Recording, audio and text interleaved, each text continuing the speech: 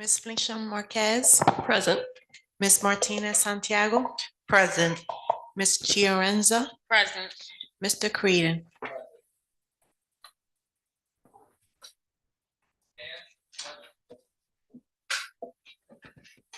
I pledge allegiance to the flag of the United States of America and to the republic for which it stands, one nation, under God, indivisible, with liberty and justice for all.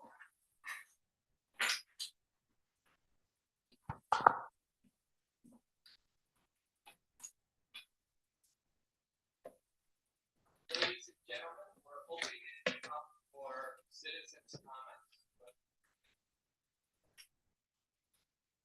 Appreciate it.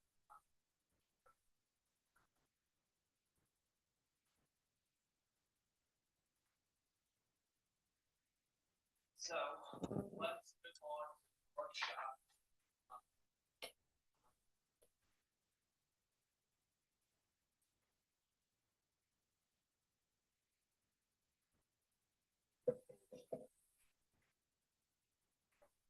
We're going to start with the financial update.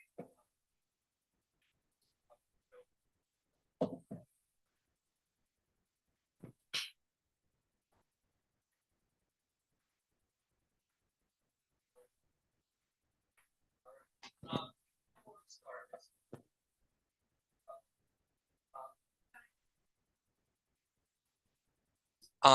we lost a real champion of diversity, and Jesse, Reverend Jesse Jacken. Could we all just take a moment of silence before we start the meeting?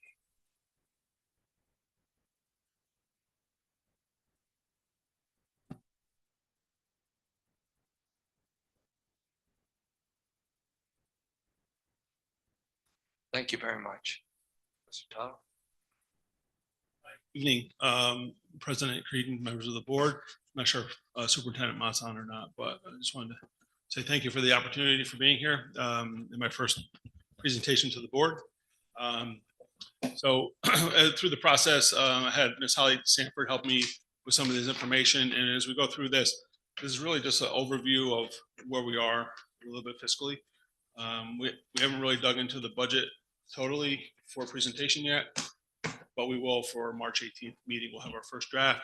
And these are just really what we have on the board calendar as our assumptions and some of the things that we may be presenting for additional thoughts and additional voting propositions. So I just want to put these out on the table for us today.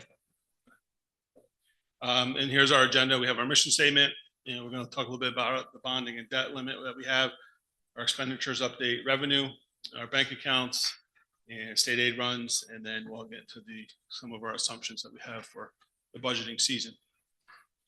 So we have our mission statement. We are the champions of children who inspire and nurture the whole child by providing innovative, high-quality educational opportunities that prepare all students to embark on individual paths of success in a globally diverse community. And so we'll start out with our bonding. This is really related to the capital projects that we have going on in the district. Overall, over the past 5 years, I think it's about 95 million total. And right now, we have what we call in our indebtedness, 53 million in bonds, which means that we've sold $53 million worth of bonds to the community where people could come in and actually buy bonds, and to municipal selling, they're available for community consumption. And then what we have is our bands. These are the bond anticipation notes. So the bond anticipation note happens before it goes to a bond. So if you approve a project, just use small numbers like $10 million, you need to borrow $9 million, you go to a band, you borrow $9 million, you're not sure how much you're going to use of the $9 million. It could come in less, it could come in more. And until you know the final number, then you can go to a bond and you can sell the certificates for the earned money on that. So right now we're about a little over 73 million in our indebtedness. And the reason why I'm talking about this will be relevant when we get down the road if we're going to talk about some more future capital projects and stuff, and then we feel comfortable about where we are funding wise. Go ahead. So overall, the thing that they really look at is the full valuation of real property. So this has a couple effects on us. This one is the bonding, and then also it affects our state aid, which is what we're seeing, that the real value has gone up. So when they put their formulas together up at state aid, that kind of affects what we're going to get as state aid on an annual basis moving forward. So we're kind of digging into a little bit of that. We'll get into that a little bit later. Our debt limit is 10% for a city school. It used to be 5%. 2 years, maybe 3 years ago, the governor and the Senate and Assembly passed that could go to 10%. So that gave the small city schools more leverage to borrow money. So right now our ceiling is $194 million that we could borrow if we really needed to fund a major project. And we talked about the first page was the total indebtedness, a little over 73 million. So our total use of debt is just under 30%. So we basically have 70% of the debt that we can go out and finance for any capital renovations and things that we need to look at. So our budget year to date expenses right now, this is the whole budget that was voted on last May and approved by the voters. Right now we've expended just a little bit over 70 million. We've encumbered almost 65 million. What does encumbered mean? That means like when we start a payroll at the beginning of September or July, we encumber that person's salary all the way to June. So we use that as we already know how much money we need to have at the end of the year. And we also with purchase orders, so we create a purchase order that encumbers the money until it's liquidated, and then the encumber that becomes an expense, right? It moves over to the expense column. And then what's remaining, we still have a little bit over 13 million that we need to spend. And what we keep in mind is we like to keep the 4% fund balance, which will be around 6 million for us this year. And then we'll have some other use. We may need some of that extra money to help us balance the budget when we get to that point. So in the revenues, right now this equals the same amount as the expenditure side. Right now we've received a little bit over 81 million. That comes from taxes. That comes from state aid. That comes from any other federal or state aid sources of funding, lottery, things like that. What we're still anticipating is a little bit over 66 million. So that's normal at this time of year. Every month the state sends us, depending on the month, $5 to $8 million. So eventually we'll get to that point and we'll be whole for the whole year. If we look at our bank accounts, I just wanted to give you an overview. So we have two different banks that we use. One is M&T, and that's where we cash all our payroll checks and a lot of our invoices from vendors and things like that come out of there. We have another bank. It's called NICLAS. It's a bank that is really just a savings account bank. We cannot do banking out of there. We can't write checks or anything like that. If you look at the bottom line, the reason why we put money there is they have the best annual yield, a little bit over 3.5%. And you can see we're pretty well funded, and that's from our revenues coming in. What we do is keep money there, and then we run payroll. We'll transfer money from there to M&T, and then we can make the payroll. The capital fund, you'll see varying numbers as we move into the reserves down the road. We've received probably over $3 million just in interest alone, just in that account with the money sitting in there. I'll make that a note. Here's our state aid draft, the first runs. It's not really nothing really exciting other than what they just give you the numbers. So the things that are highlighted in yellow are really something that we're digging into a little bit more. And I think that I spoke a little bit about the wealth of the community has gone up a little bit. So that's kind of affecting what our foundation aid is, because that's what's driving foundation aid. And the other thing that is a factor is some of our enrollment has gone down in certain areas. So that's affecting that foundation aid. So when we go through all of the different things about state aid, we're about a little less than $200,000 extra in aid this year. So that's not really a lot of money. So what we're doing now is just really diving in. We're trying to figure out why the charter school is so much less, our building aid, and then we're looking into the foundation aid a little bit deeper to make sure all of the numbers that are reported are accurate, and that we can kind of boost up those aids a little bit more for us. All right, so some of our budget assumptions that are going to have a lot of pressure on us. One is really the health benefits, and this is just the DHIC, the Dutch Educational Consortium for Health Insurance. They're talking right now about a 16.4% increase on premiums. Now, this is just the one venue that we have for health premiums. So that means right now, roughly about $1.7 million increase in the budget alone, right? And you saw what our aid increase was, 200,000. Doesn't equal that. In our TRS retirement, this is an annual projection. This happens every year. It's usually 9. Sometimes it could be higher than 11, but that's about $560,000 more. And then the ERS, same thing as TRS. It's the same predictions every year. It goes up every year, no matter what. That's about $160,000. And the contractual salaries right around $3.5 million. And that's an annual thing. That's based on the contracts that we have, and that's basically where we are. At $3.5 million increase. And then just a reminder, our March 18th will be our first draft budget presentation. I hope to have more conversation with board members and the superintendent before that, just so we have an idea of where we want to go and where we need to be. We'll be looking at the tax cap, making sure that is good for the community, things like that. So I'll open up to the floor for any questions.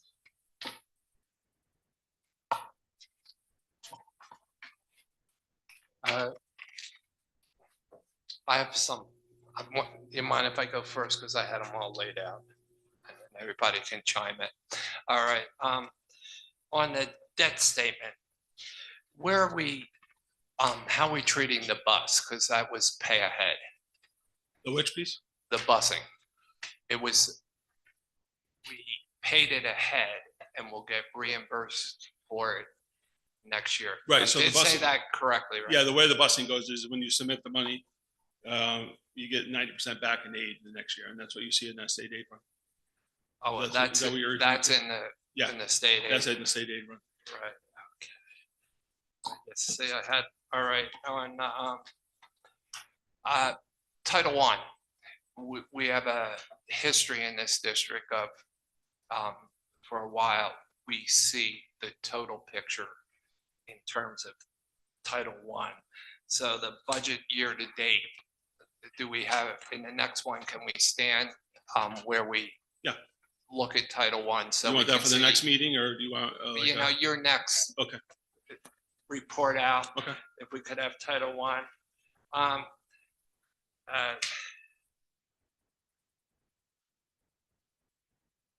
When you made the statement that citizens can easily buy bonds, how?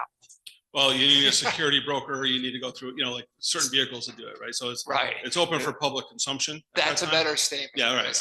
Buying bonds or buying bonds. Yeah, you can't just buy them in the side alley. You can't just click Infidelity you need a fiscal advisor, or M&T. Okay, that clarification. You made it sound too easy. Yeah, all right. And so the other thing on the state aid distribution, on the difference, we use minus in some and yellow in the other. Well, I was showing you. Am I reading that? Because like the charter schools are down, and it's obvious that's minus. Yeah. But the yellow is also minus without the minus sign. I was just showing that is foundation aid usually is one of the things that we count on to be a little bit more than that. So. And then the total overall bottom number is not. I'm trying to make it more than it is. So I was just trying to focus on those two things, right? And I understand that, but could we have the minus sign and the highlight? Sure, yeah. Because it doesn't jive, okay. Doesn't. Sorry, I'm being picky here. All right, and the last one is the DIC. Is that the PIPSA or the health? No, that's the Dutchess Educational Consortium.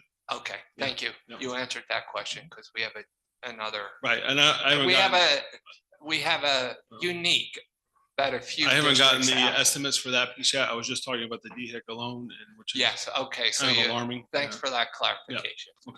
Okay. Naomi, do you have any questions? I just had a general question about.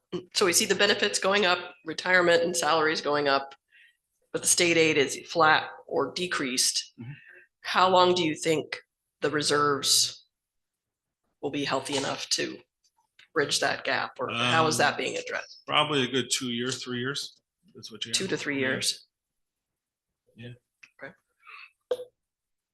The way we're rolling right now. Yeah. And historically, Naomi, we stayed well below the 2% threshold where you move to a majority vote. Did I say that? Correct. Yeah. So we've, like, I think last year we were 1.2 5 or some in Yeah. that area. We weren't 2, right? Yeah, so the misnomer of all that is you can be at 3% and they still consider that less than 2%. So based on how much money you put into the capital and whatever your exclusions are, they have this whole formula. So So it politically, it depends. looks better if you're under 2%, right? So Yeah. that's what. All right. We were under 2 last year. Eleanor? Yeah, so I think, Bob, you had already asked a question about the charter school, but also BOCES, I see the increase for BOCES. Do you know why there's such a significant? Yeah, I think last year there was a lot more services used through them. We were buying more Gotcha. software, more hardware. One of the focuses, what I've been trying to do is buy most of the stuff that we can through BOCES, Right, because that's a good revenue source for us. okay. Yeah. I think that's all. I just had to, about the BOCES and also about the charter schools, but you answered that.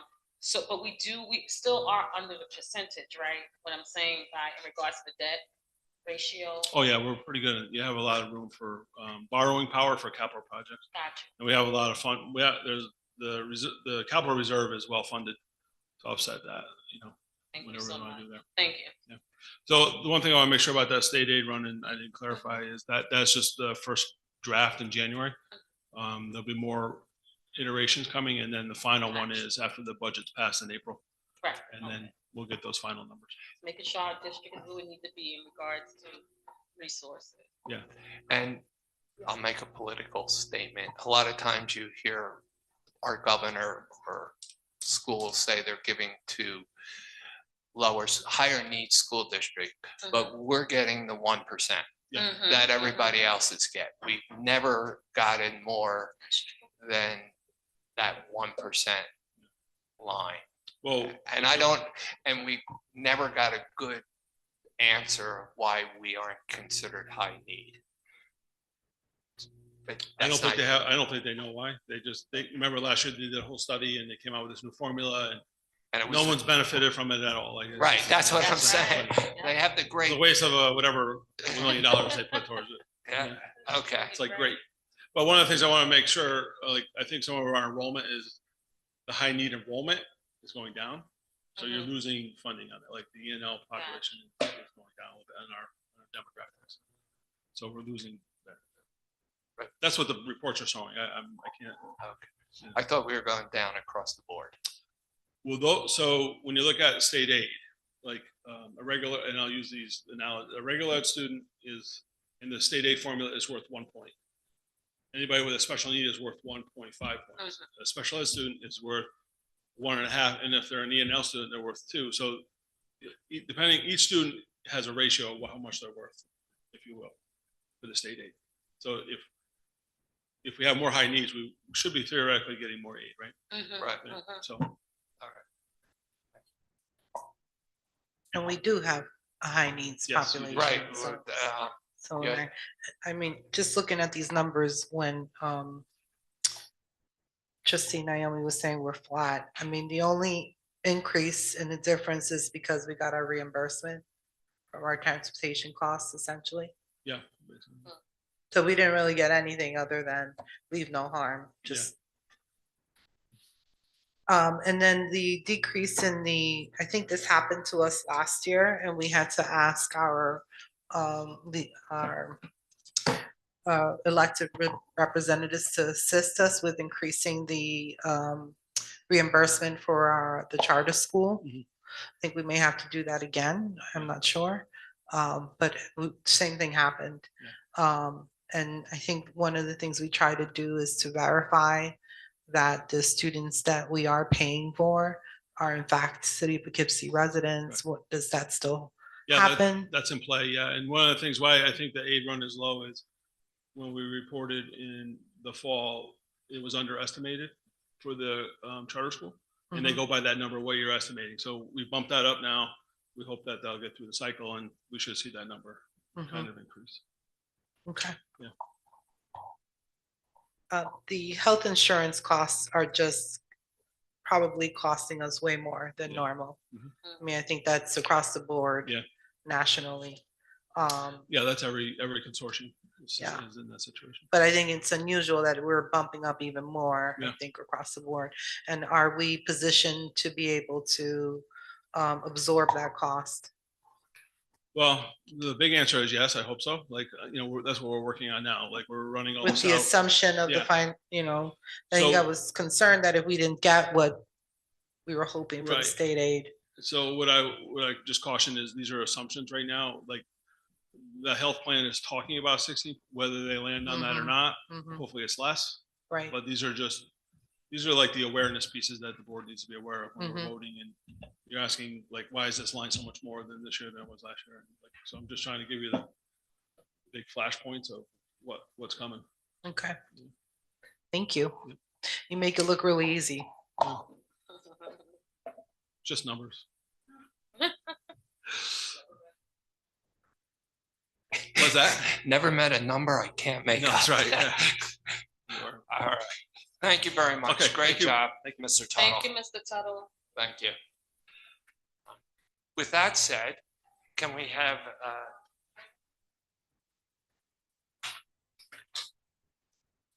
Okay, President Creedon, fellow members of the board and colleagues, I'd like to introduce Miss Woods and Mrs. McGinnis and Mrs. Woods to come up to the podium. Table. So at our last board meeting, our divisions gave an overview of our KPIs. And tonight, in addition to KPIs, each division alongside my colleagues have other large projects, state mandates and regulations that we have to meet.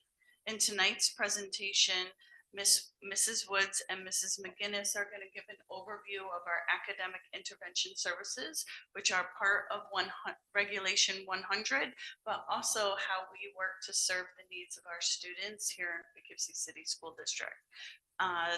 Ms. Woods took over AIS under her lane of oversight this year, and so I'm going to turn it over to her to give you an update on our services. Good evening.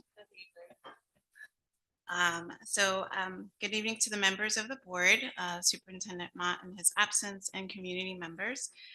Tonight, we're just providing an update on our academic intervention services and AMPAC tutoring programs. We will share how these supports are currently being implemented, what data is telling us so far, and the next steps we're taking to strengthen impact, particularly as it relates to student outcomes. So we are champions of children who inspire and nurture the whole child by providing innovative, high-quality educational opportunities that prepare all students to embark on individual paths of success in a globally diverse community.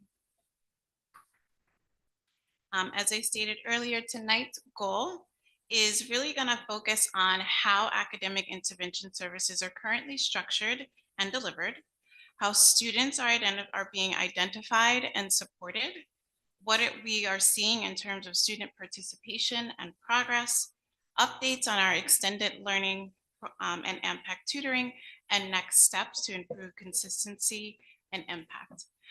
The hope is by the end of this presentation, you will have an understanding of how AIS is structured and how we measure whether it's working.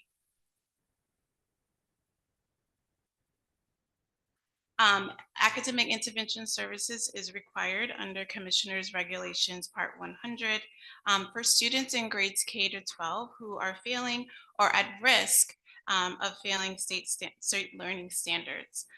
In Poughkeepsie's academic intervention services is embedded within our MTSS framework to ensure support are consistent, research-based, and data-driven.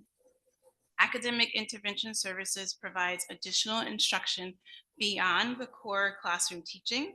It is not a replacement of Tier 1 instruction, but a supplement designed to close specific skill gaps.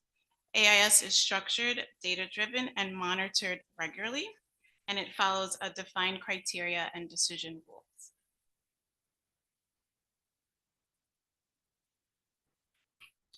Our district uses a tiered 3 system to ensure students receive the right level of support based on need. As students' needs increase, the intensity and frequency of the intervention increases as well.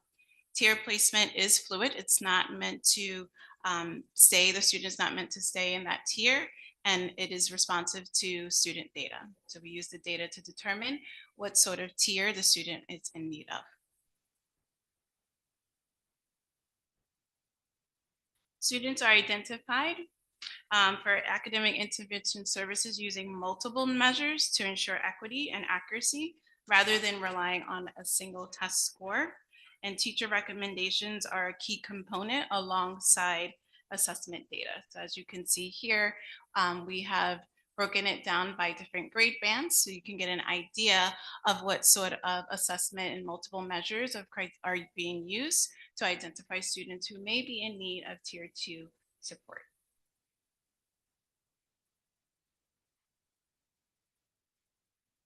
So this slide focuses on the number of students receiving academic interventions across the buildings in ELA and math. The numbers reflect both the level of need and our commitment to addressing it. We are prioritizing early identification and support sooner in an effort to reduce the number of students becoming at risk. And so this approach is really to be preventive and data informed.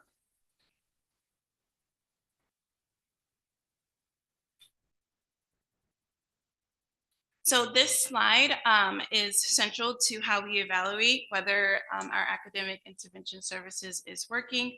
Progress monitoring allows us to make instructional adjustments in real time rather than waiting for our end of year results. So as you can see here, you can see what the frequency is for students who are in tier 2, how often we support them, and how often we review our progress to determine our impact, as well as for tier 3.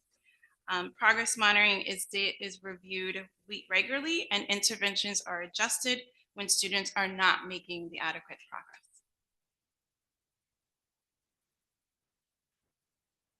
So the goal of academic intervention services is to bridge gaps, not create permanent placement. So students exit the academic intervention services when data shows that they are no longer at risk of not meeting standards. So as you can see here, there's a list of different ways in which we would determine that a student is no longer at risk, and we would be able to exit them from receiving the tier 2 support. So we also have our extended learning program, which is an additional component of academic intervention services. And so we continue to support our students who are in need of tier 2 and tier 3 support during the school day. So this is after school. It's approximately 30 weeks. And we are servicing students in grades pre-K to 8 with a focus on literacy and math. And at this point, I'm going to turn it over to our district instructional coach, Kate McGinnis. She will provide you with an update on our AMPAC tutoring program. Good evening, board members and community. One of the hats that I wear as the district instructional coach for elementary is to supervise our high dosage tutoring program called AMPAC, which is now in its 3rd year here. So AMPACT is a national nonprofit organization, and it provides evidence-based and research-based instruction. We're lucky to have these programs at all 5 of our elementary schools. And we have 2 different AMPACT programs here in Poughkeepsie. We have Math Core and Early Learning Core. So Math Core is for our grades kindergarten through 3rd grade students. This is where tutors focus on foundational math skills to bridge learning gaps. And what this looks like is tutors pull pairs of students out of the classroom for 20 minutes per day to deliver instruction. Then on the other hand, we have Early Learning Core, which is for pre-K age students. So we have an Early Learning Core tutor in each of our UPK classrooms. And this is a totally different program where tutors are embedded in the classroom all day long. So they're able to provide literacy, numeracy, and also social emotional learning. And one thing that I do want to note before we move on is that under the definition of AIS, AMPAC supports do not officially qualify. And that is because our AMPAC tutors are not certified teachers. Our impact tutors are ordinary people, members of our community who are trained both by impact and by myself here in the district to provide the instruction. So our impact programming, it complements but does not replace our AIS services. So for the purpose of this, we're going to focus on the math core, which again is for grades K through 3. So you can see on this slide here, just an overview of our different elementary buildings, how many students are served, which you can see the number varies due to the number of grade levels that this program provides services to. And then what we're going to spend the next couple of slides talking about are those growth percentage numbers. Those growth percentage numbers indicate that out of our tier 2 students that are being tutored in our program, what percentage of them have demonstrated growth so far this year as per our benchmark assessment from the beginning of year to the middle of the year. So just to help us understand what impact signifies as demonstrating growth, it's helpful to know a little bit about the assessment tool that is used. It's called the Mathway assessment, and it's a benchmark, which again is given beginning, middle, and end of the year. The interesting thing about this assessment is that the questions given on this test, they increase in difficulty and they build upon one another. So the test actually stops for the students once they answer 4 questions consecutively incorrectly. So we can get a score based on that. And another thing to point out is while our iReady benchmark tests all of the different domains and all of the different skills for that grade level in math, since here with the Impact Math Core program, we're really focusing on bridging those most foundational skills. This assessment and our tutoring, it focuses on the numbers and operations in base 10 domain. So think about like the place value, addition, subtraction, things like that. So in thinking about the growth from the beginning of the year, first, this slide has information for our intermediate buildings. There is 1 tutor at each of these buildings, again, because there's only 1 grade level per building that we can serve.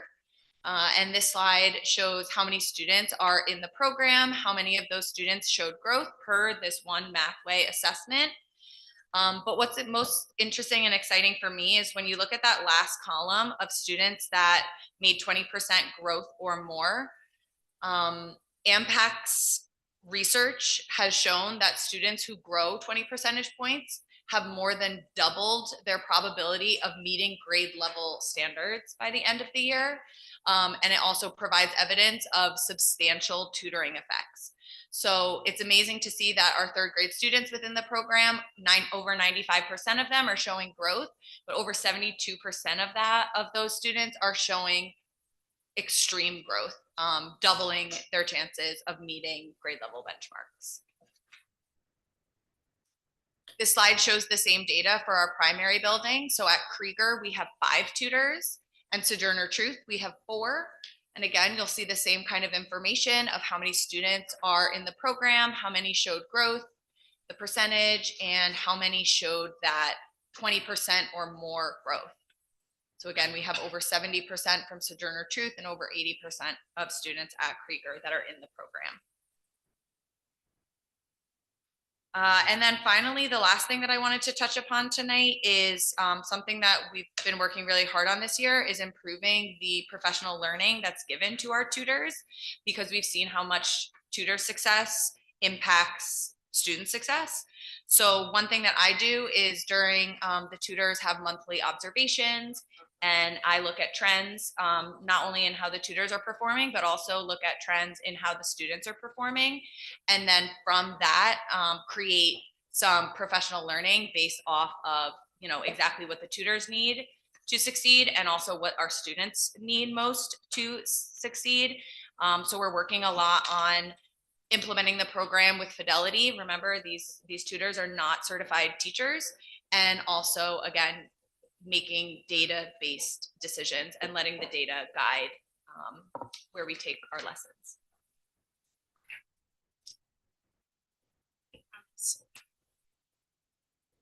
So our next steps include finalizing the academic intervention services plan and having to review intervention programs for consistency, strengthening our documentation and expanding literacy supports. Since I have began oversight, I have incorporated department meetings with our academic intervention specialists to talk about our students, students who are receiving tier 2, students who are receiving tier 3, in addition to finding out what supports that our interventionists need. I've been providing professional learning workshops in partnerships with facilitators from Duchess BOCES, as well as Literacy Link, which is Dr. Linda Hatfield, who has been providing support with our interventionists on the science of reading, numeracy briefs, progress monitoring, and caseload management, as well as direct explicit instruction. Our future planning is to, again, review our district-wide intervention programs to make sure that we are able to determine how it's impacting our students and develop consistency across the district. We are looking to implement a math lesson tool pilot, which is Magma Math, which provides an opportunity for teachers as well as interventionists to see our students do their work when solving problems in real time, which therefore will provide an opportunity for teachers to see where the misconceptions are. So we're very excited to pilot this because we think that it's going to be a helpful tool for our teachers to see. Here is, Patrice Woods is working on this problem. I need to see where she did not get it correct, or she got it correct. She did not get it correct. I'm looking to see where her misconception was. And so the teacher can go into this pilot, this Magma Math, and press and play it and see where the student started and how it ended. And I think it's going to be such a helpful tool for our math teachers to see that and be able to understand what they need to do to support our students. Finally, we'll also be looking into an academic intervention program for our after-school program. And so that is something that we're looking to do and pilot hopefully in September. And lastly is, what I think I've mentioned, that is really just making sure to implement our after-school extended learning programs to make sure that it's aligned and it's a way that it's going to support our students who are receiving tier 2 and 3 services. So that concludes our presentation. We want to open the floor up for any questions that you might have.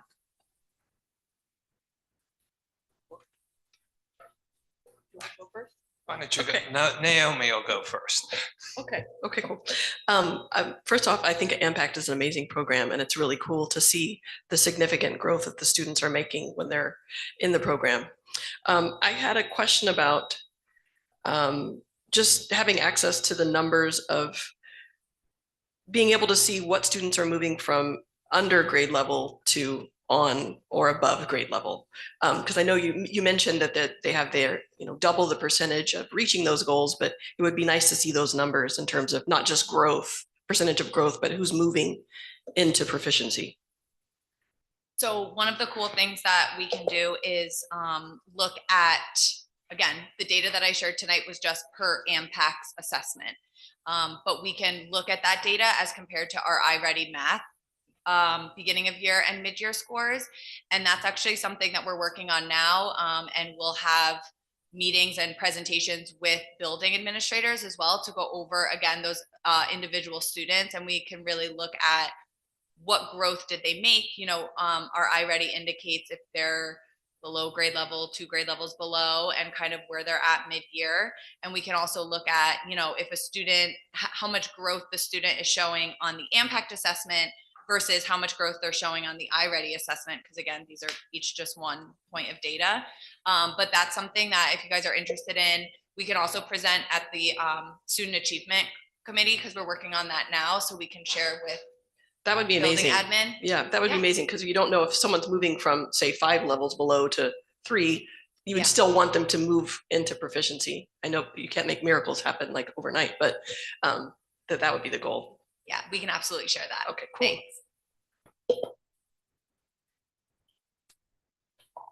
Eleanor, you have your light on? In regards to the services and intervention, how would you categorize a student that may be in need so that you can, so that you can implement some of these services? Does it start with the teachers? Does it start with the math scores, the data?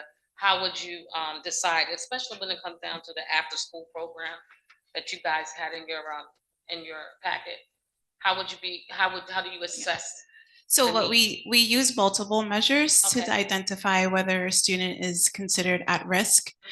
So we have iReady is one of our measures. We have Dibbles. We also, for our high school, we look at the region scores. We have a teacher recommendation is also an area that we look at. So there's multiple measures that we look at to determine whether a student is considered to be at risk. And this program, it works throughout from the K through through the middle school, the high school, is throughout the child's academic Yes, career. it's K to 12. Okay, K to 12. Because the reason why I asked, because I have a middle school, in the middle school, there's a lot of help that is needed there. Yeah. So, Yes. And so that's part of the work that I've been doing with the AIS teachers. Is really just trying to find out where I can support them and, in terms of the needs, especially in the middle school, that isn't, that there has been some discussions about how we can better support that building. okay. Can I ask for a clarification on your answer?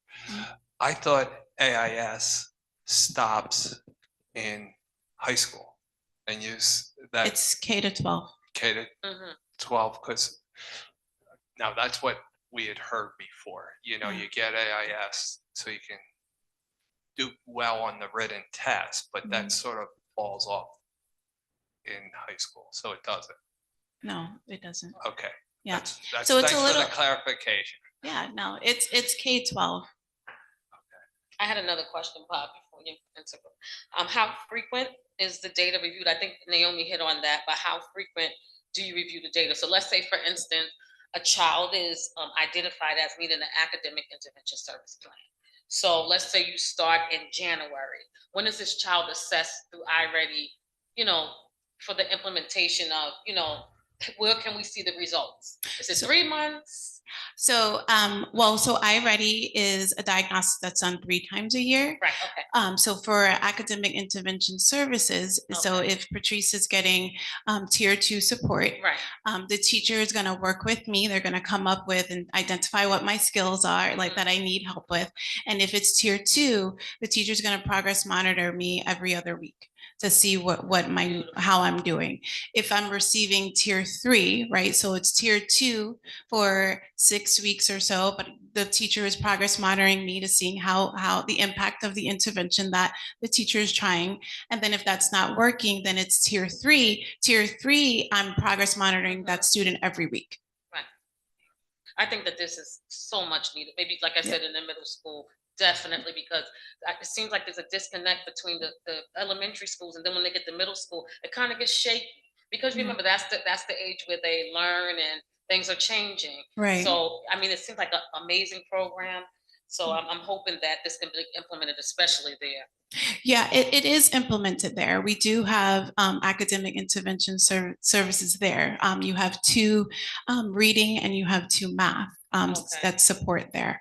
And we, like I said, we have department meetings to get a better clarity on what things are needed in the middle school, as well as talking with the building administrator.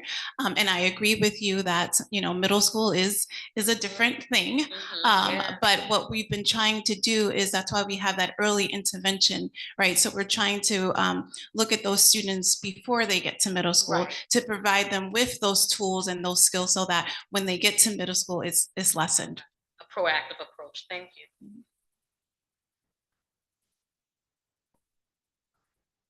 Fatima?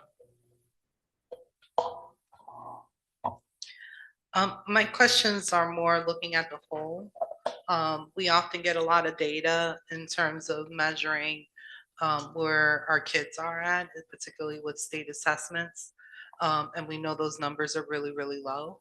And so when I sort of want to look at where AIS, where AMPAC stands, similar to a question that colleague Naomi mentioned, I want to see how it fits in the whole, because then I can measure impact.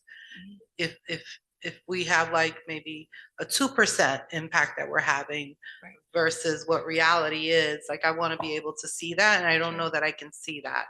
I know that in the past with Impact, there was a request, like, where did we land in even choosing math as sort of the pathway with Impact, knowing that literacy is also a huge need.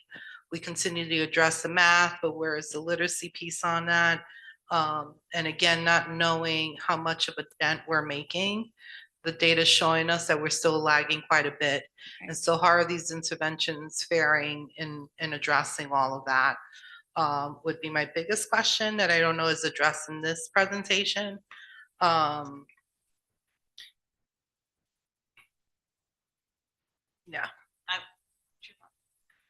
So I think that, yes, we want to be able to really dive deep into the data to determine the impact. And right now, we have just finished up our middle of the year assessments. And so the next steps would be to really look and dive deeper into who are our students that were receiving tier 2, what happened, are they still in need of receiving tier 2 services? Have they shifted to tier 3? That is something that we're going to be looking into, and we can provide an update on that during our Student Achievement Committee meeting.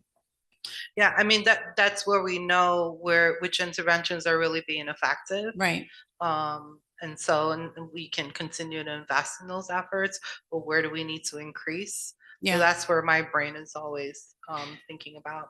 I agree. And I think that for me, this work was kind of new for me. So it's really just spending a lot of time understanding the systems and what our AIS teachers are using to support our students, and also having those types of conversations as well. So that is definitely what we need to do, and that's where we're moving forward to. And I think the next natural question to ask that I know you're not going to be able to ask right now, but how does MTSS play a role in all of this? So academic intervention services is embedded into the MTSS framework. But I don't see, for me as a layperson, not in the world of academics, I want to understand how that all interacts with one another, and again, measuring impact. Okay. So do we have a really strong MTSS system that allows us to really provide those tier supports, whether it's AIS, whether it's Impact, whatever the case may be, but having a solid grasp for understanding where those needs are and how we're addressing those gaps. Right. Fatima, for anybody online, could you say what MTS is? Ask the experts to say. There you go. MTSS stands for Multi-Tiered Systems of Support. So when you talk about MTSS, it's about supporting the whole child. Mrs. Woods is presenting the academic side of that piece, but there's also attendance supports, right? Specifically around, we know if students come to school, they achieve and have opportunities to learn. There's behavior supports, there's mental health supports. So that's MTSS, and under Ms. Wood's leadership, we are developing and revising and enhancing our MTSS manual. And once that work is done, we're doing shared decision-making committees. So there's teachers, leaders, everyone involved in that process. So there's ownership across the system. Once we have that, we can definitely provide an update with the board, in addition to bringing some more visuals to the Student Achievement Committee that kind of outline the umbrella of MTSS and where all the different branches kind of fall and how they support students. And how does AIS differ from having a resource room support? Are those two different supports? Yeah, so academic intervention services is in addition to tier 1. So resource support is when a student is identified as a student with exceptionalities. This academic intervention is not that. So what it is that if there's a student who is in tier 1, a whole classroom, the classroom teacher feels as though the student is not making adequate progress despite the differentiation that's happening within the classroom. And so they will reach out to an academic intervention supports teacher to look for some tier 2. And so that teacher is providing that tier 2 intervention where they're really looking at, what are those specific skills that student needs to work on, and the teacher is coming up with an intervention plan and working with that student for, X amount of weeks and progress monitoring the intervention to make sure to see if the student is making progress. So it's not a gateway to resource room. Yeah, I'm familiar with, I'm asking, when I pose the question is to educate the community.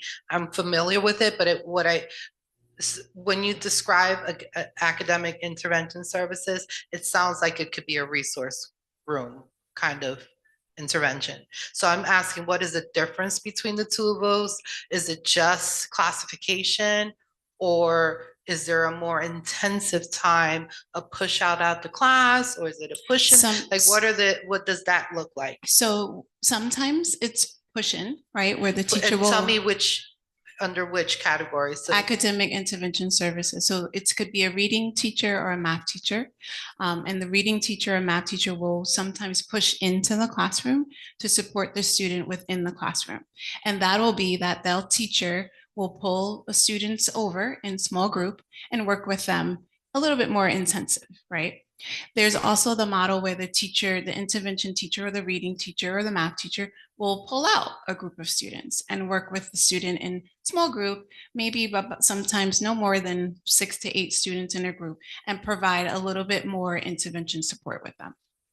And how is that different from the resource? So resource room is a student who has been identified, and resource room is the least restrictive support that they can get on their IEP. AIS services is not through an IEP process. So AIS services are available to all students, including those with IEPs and those who are multilingual But learners. what I'm getting at is the difference really just classification though? Well, Because then we wouldn't have to classify it if we provide more AIS. I'm just trying to understand I would think it would depend on the goals in the IEP. So there could be academic goals in AIS that would align with IEP goals, but there might be additional goals in the IEP. And I don't know if our expert, Ms. Dr. Palmer, wants to chime in and support the difference a little bit more in depth. Mm-hmm. Thank you for the invitation. Good evening. Just wanted to share the major piece is, as the team mentioned, is that AIS is for all students and resource room is for students who have an IEP. And typically it's mandated and capped at 5 students, and it can only be provided by a special education teacher or a reading teacher who's certified in reading instruction. So that's a major difference. And it's in supporting the students' access to their general education curriculum. But so in theory, I'm just trying to understand, because we have a high number of classifications. So I'm just saying, in theory, we don't necessarily have to classify a child to get AIS, for example. It's not a theory. All students are entitled to academic intervention support. So where's the threshold when we're seeing that AIS is not enough, that we have to do?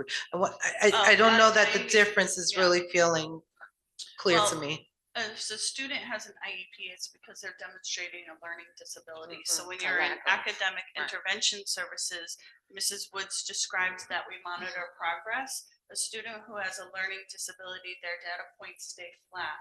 So regardless of the intervention and the teaching we're teaching into, you don't typically see growth, and then it moves forward into a student who needs specialized support because they have a learning disability. And that's where that process goes. Okay, so you have a teacher that has a specialized skill that's able to make the curriculum more accessible to their learning abilities. Is that what I'm hearing? Yes. Okay, so for AIS, we wouldn't do that accessibility piece. You do, it's just differentiated based on the academic needs of the student. So if I may, the resource room is focusing on specific goals that are listed in the IEP. So for example, let's just say all of the students in Yvonne Palmer's class need to work on differentiating the days of the week. that is for all students in that particular grade level in that particular area of need. Whereas Yvonne's IEP, maybe she needs to focus on the color blue. So the resource room is guided by a specific goal to help the student access grade level. So I can understand why it can sound like it's different, but one is driven by an IEP and it's not accessible to all students, whereas AIS is provided and giving all students access. The difference is that the special education department or the CIC has a responsibility for something called child find. And what we're saying is that you can have deficits in academics and or behaviors. It doesn't mean that you are presenting with a disability. Because we learn at different paces and rates, you can live in AIS and or MTSS, as Ms. Turner mentioned. It does not mean that you have a disability. And that's where the Right. referral process comes in. And my team reviews the referral process, looking at the documented interventions. And sometimes it's not presenting that the student has a disability. And sometimes students may have the academic support, and the CSE will still determine that the student is ineligible.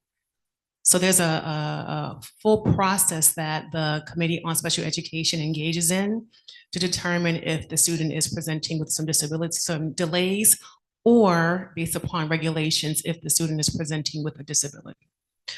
I think it's clear what the distinction is. I guess I'm still wondering whether or not, in terms of, I'm sorry if I'm taking too much time, but I just want to just say that in terms of a classification, do we need to classify kids in order to get that resource room assistance? That's all. And I was only waving because I had the same question. How does it all come together to serve the community of students? Because we have teachers identifying needs, we have AIS, we have special services, we have IEPs.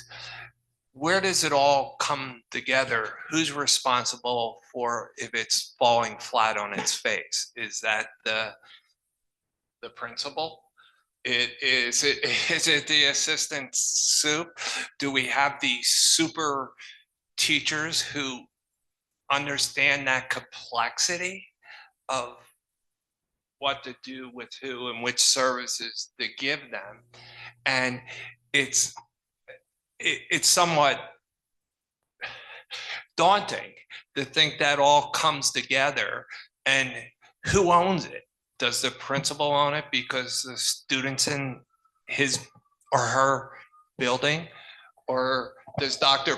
Palmer handle all the dysgraphic people like me because I'm dysgraphic, but I can test out of math and vocabulary, but I'm still dysgraphic, which will impede me as I go through life. You know, I have to figure out how to cope with it. So I'm just afraid, I'm with you. I'm afraid it doesn't come together. As a parent who's of special needs children and young adults now, right? The more less restrictive means less restrictive. So I just put the question out there is, do we really need to classify our kids if AIS, it may be the right interpretation, that's all. And then there's there is a significant piece of students who will refuse once they get the middle school any intervention because they don't want to stand out. So can I just say? Yeah, you know what I mean? And I'm just, how do we heuristically, who's in charge that it all comes So together? I just wanted to say something. I'm just throwing it out there as being a parent. We all are responsible for it. It's not, to me, it's not just the school district, it's the parents, it's everyone. So I have just a child that had an IEP as well. I think an IEP is more state, it's more state classified, more generated towards that individual child's delay. AIS, now he doesn't have an IEP anymore. So AIS, let's say he had a need in math, okay? He was struggling. He had an 80 in math, now he went down to a 60. I would then ask for AIS services to help my child because now he doesn't have the IEP anymore. There's not a delay. It's not state regulations that govern that IEP. So I would ask now, okay, Ms. Woods, that's why I asked about the middle school. My kid had an 80, now he has a 70 or 67? Can we put in these AIS services to help him boost his grade? I think it's absolutely amazing because a lot of the times we have children with IEPs, but then we forget about the ones that may not need an IEP, but maybe they just need a boost of extra services. That's where my child is at right now. He just needs a boost. So when I see this AIS services, I want the teacher to be involved, okay? Not so much the principal, because he deals with the teachers mostly, but I want to be involved as the parent, the math teacher or English teacher that he's proficient in. We all together can help this child, grade boost. So that's the gathering that I get from it. We all are responsible. Yeah, and I just piggybacking on that, I just wanted to chime in that we are a school district. And what we do is provide instruction for all of our students so that they can be successful. So AIS is part of that instructional system and structure, and we're all responsible. It starts with the teacher at tier 1 in the classroom. AIS is if I'm struggling in the classroom and my teacher notices that through regular instruction, I need a little bit extra support. So that extra support is available to me.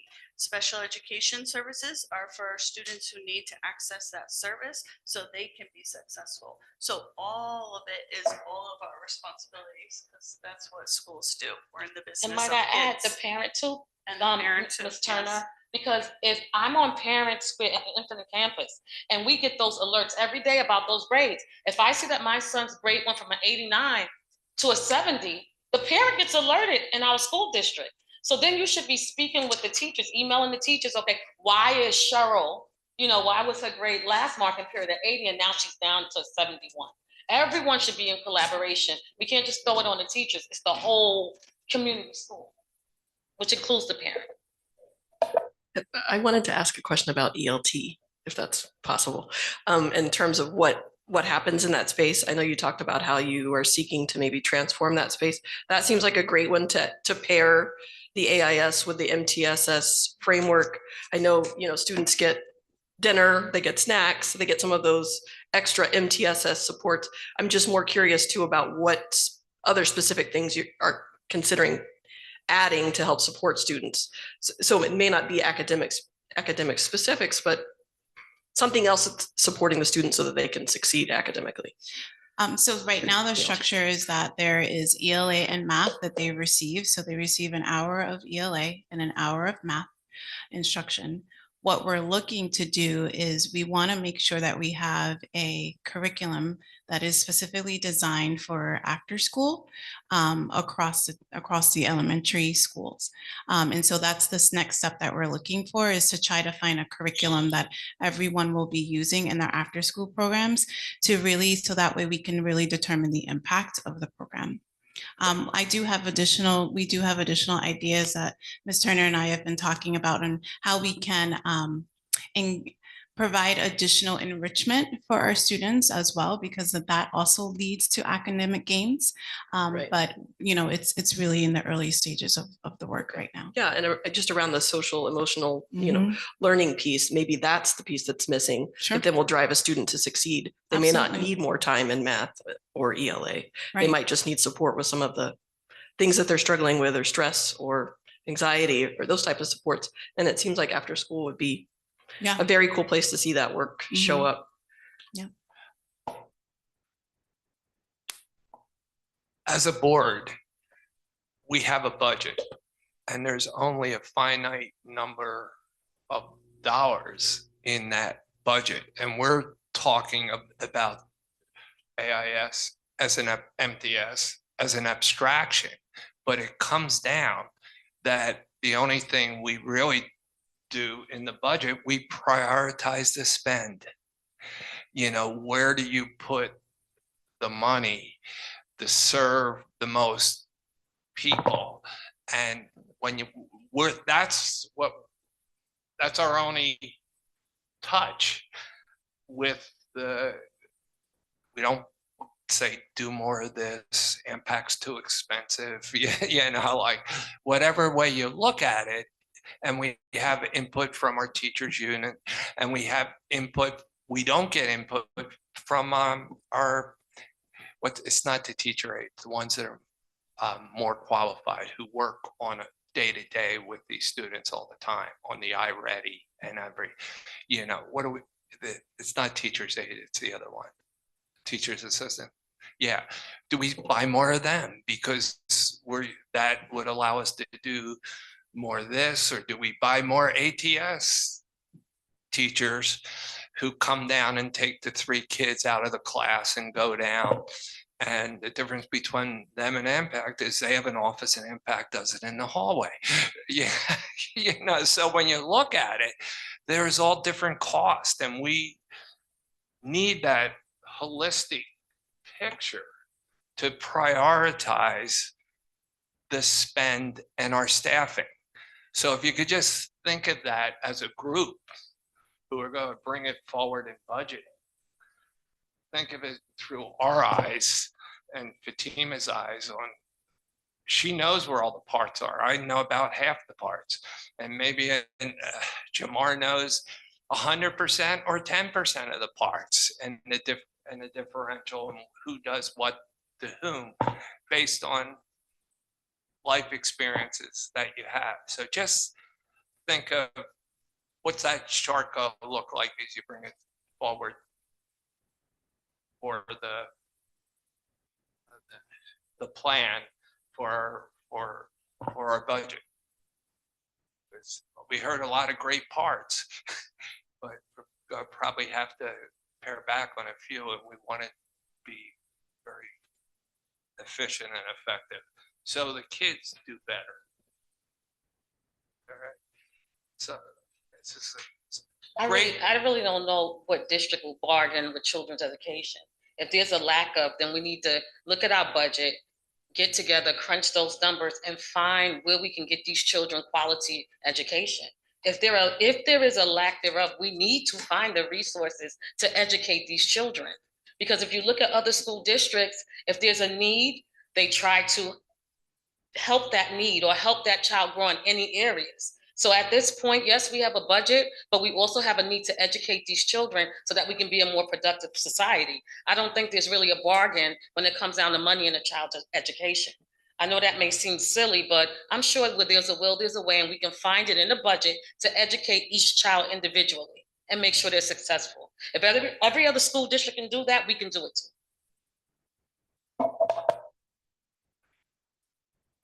all right. Thank you very much. There was no easy answers to a lot of the questions, and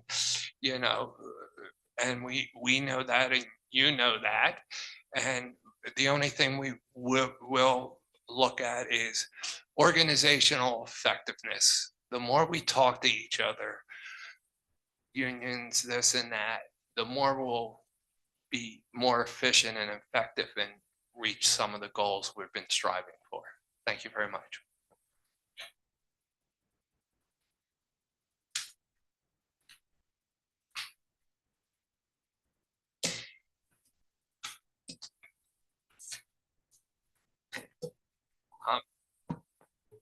We don't have superintendent comments.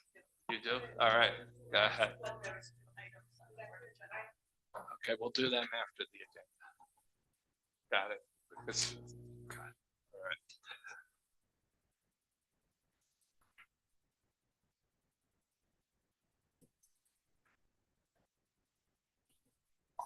I just got to that page, and I'm trying to take my time because I have been accused of not being articulate. So, all right, we have 2 items on the agenda. Our first is 7.1, placement of students with exceptionality. So moved. Second, all in favor? Aye. Item number 2, establishment of the petty cash amount for facilities department, resolution 26323. So moved. Second. All in favor? Aye.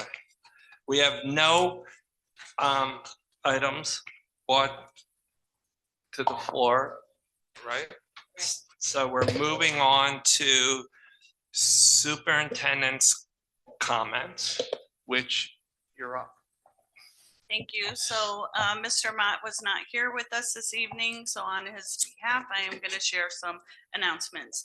This week, we just finished our second week of the Superintendent's Reading Challenge. Literacy is a priority in the Poughkeepsie City School District. We want our students to thrive, and we know reading every day will help them do that. Our goal is 20 minutes a day with reading 1 million minutes by the end of the year. And we ended last week with 114,000 minutes read. So that was a huge celebration to our students. Yeah. It's Black History Month. There are many celebrations in all our school districts. So we encourage all families and community members to come out and celebrate alongside us. And lastly, just a reminder that next Wednesday, February 25th, is our early release day for professional development. So families, please check in with your building principal on your early release schedule. Thank you and have a wonderful evening. Fatima, you're next on the list in order. Oh, Naomi, I'm sorry. Naomi's first. Thank you everyone for your presentations this evening, and thanks everyone for their hard work.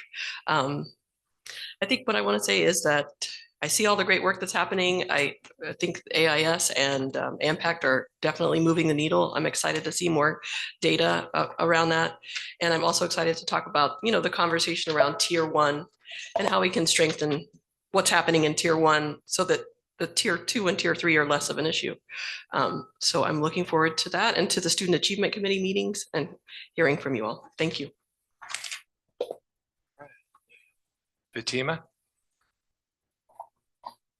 I just want to share some words from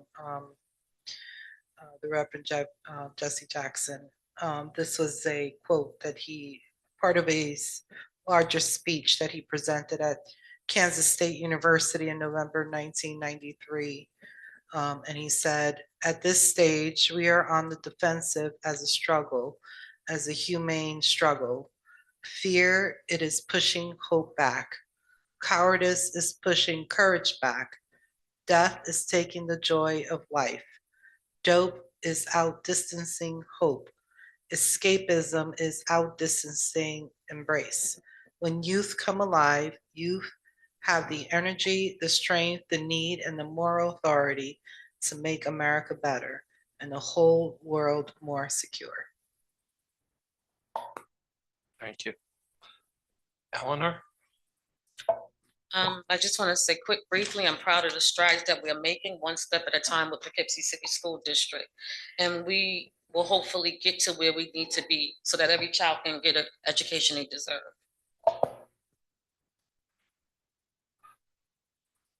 I'll do the serious one first. I'm going to bring up to the board one of the things that we don't see in our red, green, and yellow reports at data dashboard: suspension. When I was pulling data for, they call me the data, and I was at the SED website, we are absolutely have one of the highest suspension rates. I can't find another district that has a higher suspension rate than we do. All right. And I'm not willing to say it's because our kids. Something's broken. All right. And I'm going to be pushing whether, I don't know if I have support from other board members. I'll be pushing for everybody to step back, take that cleansing breath, and explain to me why we're like four times like Arlington or Spackenkill for suspensions. It makes no sense. And we're like twice the state average, so and that's one of the most detrimental things we can do, because we're removing them from the classroom settings, and everybody knows it's high, but I haven't seen it presented to us in terms of with a plan and how we're going to drive it down. And I don't even know if we get taxpayer dollars when they're suspended, from state aid, or they count as not there. So my little thing in the rest of the year is gonna be, I want to see what's going on with suspension and how we can fix it. All right, and it's a complicated issue. Secondly, I'm pointing out that I will be in the middle school next week. So just saying that, and I won't be, as a volunteer. And I'd like to say a shout out for AMPAC. I believe they're the most cost-effective tutors we have. And, I was an AMPAC tutor, let the record be straight. And you work a lot harder than you think you will. If anybody's thinking to be recruited, I was trying to look at how many hours in some of those elementary things, there's no time for lunch for the impact tutor. If you just say how many students are going to have and divide it by 2, and it gets lost in translation a lot of times. But thanks. We have a lot of people that are encouraged, involved, and working hard. We just have to get the organizational structure so we don't trip over each other's and we're optimizing our efficiency and effectiveness, because we have to. It's unfair to the kids not to. Thank you very much. And it's 8:07, so didn't break my record, but we're getting it home early. All right, thank you. Do we have a motion to adjourn? So moved. All in favor? Second? All in favor? Aye. Aye.